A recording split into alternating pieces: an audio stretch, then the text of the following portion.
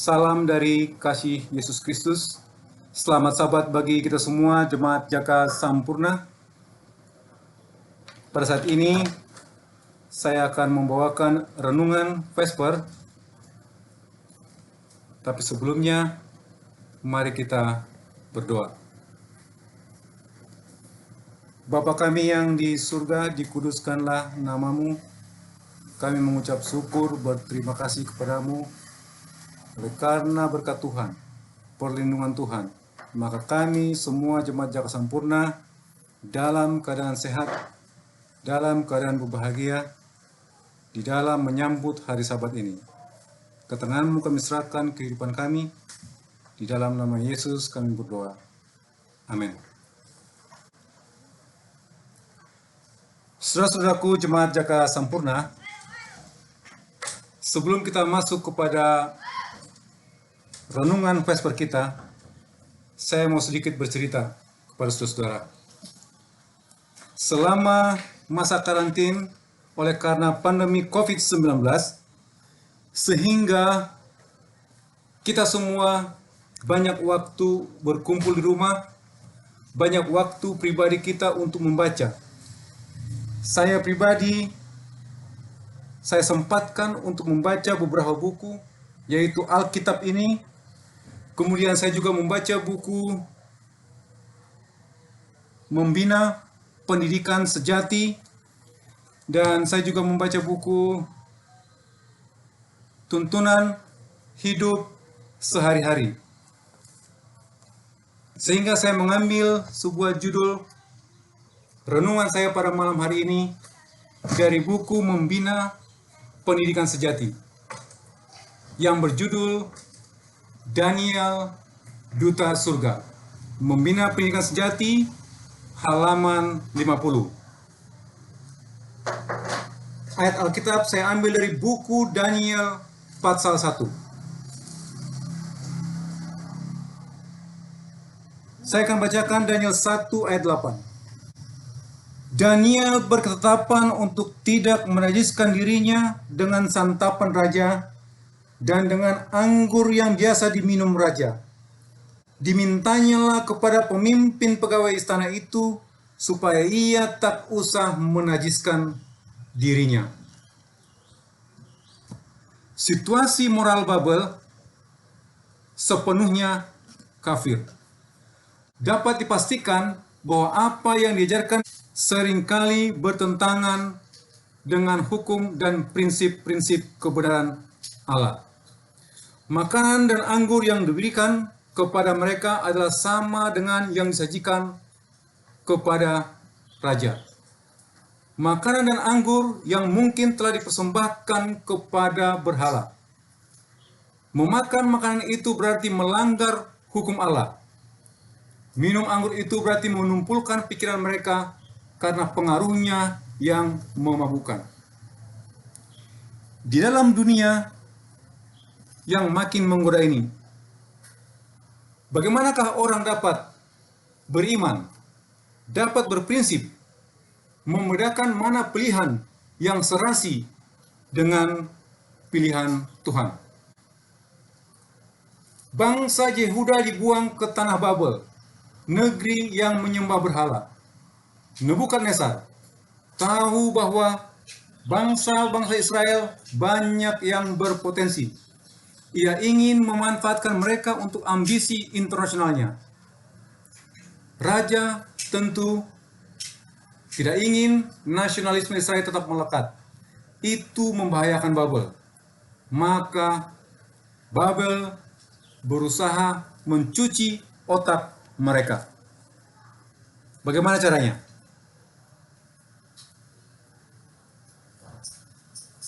Mendidik mereka agar memiliki pola pikir Kasdim.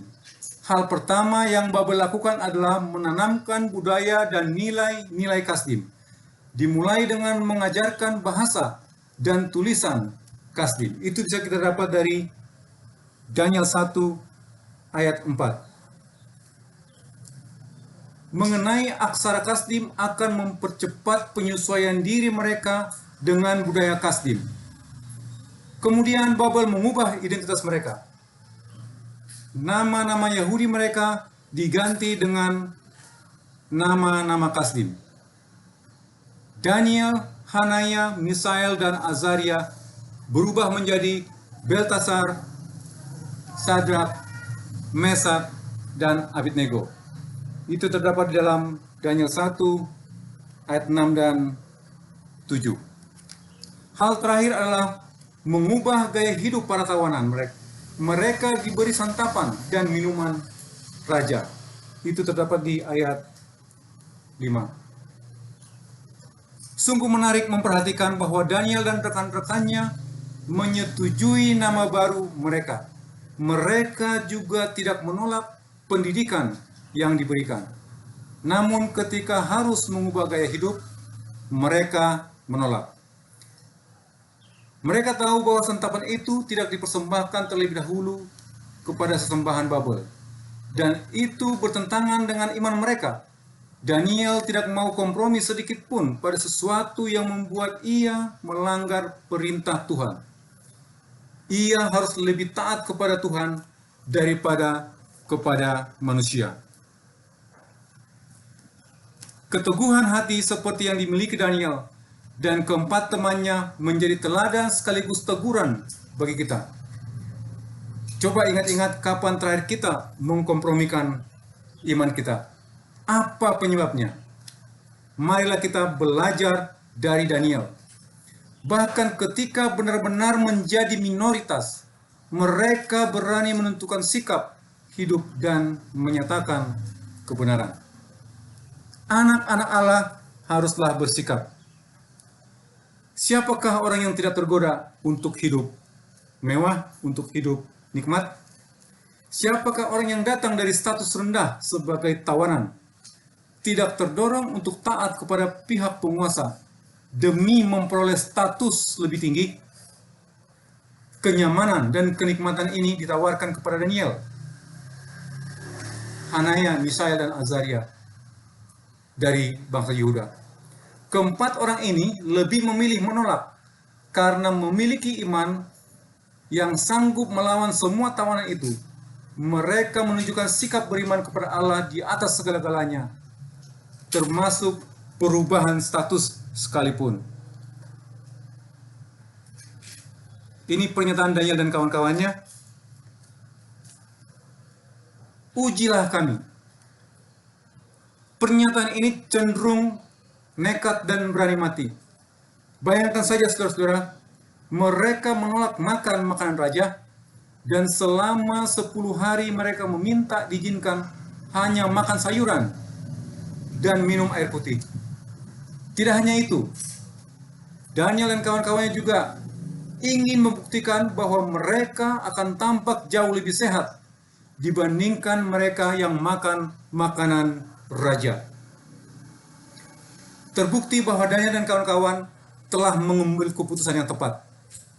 Setelah lewat 10 hari, mereka lebih sehat. Daniel dan kawan-kawannya telah berani mengambil resiko. Dan Allah menunjukkan kuasa-Nya dan memelihara kekudusan mereka.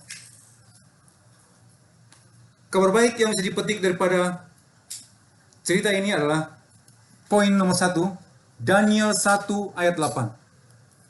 Daniel telah berketetapan sejak semula untuk tidak menajiskan dirinya. Ia tidak akan mengorbankan pendiriannya sekalipun, itu berarti kematiannya. Perhatikanlah bahwa Daniel tidak memiliki orang tua untuk membimbing dirinya dalam mengambil keputusan. Kasihnya kepada Allah dan hukumnya telah begitu tertanam di dalam dirinya sejak anak-anak, sehingga ia melayani Allah dengan sepenuh hati. Jadi ada kemungkinan Daniel ini diambil dari Yehuda, dibawa ke pembuangan Babel berusia sekitar 17 tahun. Masih sangat muda, tetapi seorang anak yang berani berdiri untuk mempertahankan imannya. Poin yang bisa kita ambil dari cerita ini yang nomor 2 adalah pendidikan orang tuanya kepada Daniel. Pendidikan orang tua kepada anaknya. Ulangan 6 ayat 7. Haruslah engkau mengajarkannya berulang-ulang kepada anak-anakmu dan membicarakannya apabila engkau duduk di rumahmu, apabila engkau sedang dalam perjalanan, apabila engkau berbaring, dan apabila engkau bangun. Membina pendidikan sejati, halaman 51. Daniel dan teman-temannya telah diajar supaya setia pada prinsip-prinsip firman Allah. Poin nomor 3 yang bisa kita ambil adalah belajar ketaatan. Efesus 6 ayat 1. Hai anak-anak, taatilah orang tuamu di dalam Tuhan, karena haruslah demikian. Tuhan menghormati ketaatan.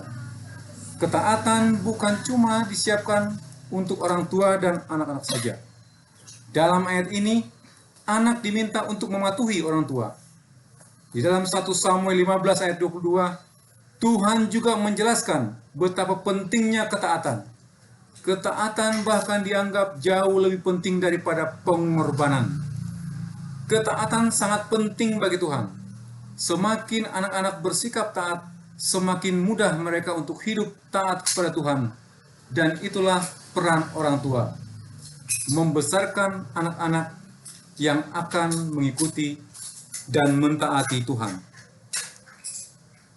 Kesimpulan yang bisa kita ambil nomor 1, kesimpulan nomor 1, mereka, ini Daniel dan kawan-kawan, mereka yang berketapan untuk tetap setia kepada Allah dan firman-Nya, ketika diperhadapkan dengan pencobaan, akan diberikan kekuatan untuk tetap tabah demi Allah. Suatu tabiat yang mulia adalah hasil dari disiplin diri, penyerahan diri kepada pelayanan kasih bagi Allah dan manusia.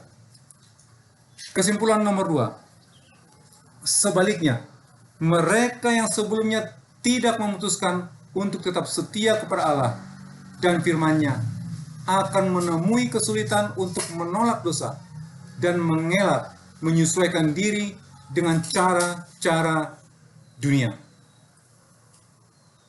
Apa pelajaran yang bisa kita praktekkan? Bagi kita semua yang mendengarkan, semua jemaat Jakarta Sampurna, sebagai duta surga, selalu bergantung kepada Yesus dan firman-Nya. Kita ingat, Yesus selalu menggunakan Alkitab Perjanjian Lama sebab ada tertulis. Setiap ada penggunaan dia katakan sebab ada tertulis. Pelajaran nomor 2. Duta surga berani bertindak berdasarkan prinsip, bukanlah dorongan hati karena perasaan. Tuntunan hidup sehari-hari, Ellen G. White halaman 37. Biarkan prinsip menuntun. Di dalam mengambil keputusan, ikutilah prinsip-prinsip Alkitab, bukan prinsip ciptaan manusia yang mungkin melenceng. Pelajaran nomor 3 yang bisa kita ambil adalah duta surga sebagai seorang anak dari Raja Surgawi. Jangan ucapkan sepatah kata pun. Jangan lakukan apapun yang mempermalukan nama Yesus yang mulia. Tuntunan hidup sehari-hari Ellen G. White halaman 36. Bagian disiplin diri. Yang perlu kita renungkan adalah dengan mendukung, dengan dukungan dan bergantung penuh pada Allah saja, kita mampu mengambil keputusan yang tepat sesuai keputusan Allah. Saya bawakan di dalam nama Tuhan Yesus Kristus. Amin. Mari kita berdoa. Bapa kami yang di surga, kami telah menyelesaikan renungan Vesper dan mendengarkan bagaimana Daniel dan kawan-kawannya, mereka mengambil keputusan berdasarkan prinsip, bukanlah berdasarkan perasaan manusia atau logika manusia. Demikian juga kami ya Tuhan, jemaat Jakarta Sampurna, supaya pada saat kami mengambil keputusan haruslah sesuai dengan prinsip-prinsip Alkitab, karena kami adalah anak-anak Raja Surgawi dan kami harus ke surga, bukan untuk di dunia ini. Kami serahkan kehidupan kami ke tangan-Mu yang kudus. Di dalam Yesus Kristus kami berdoa. Amin.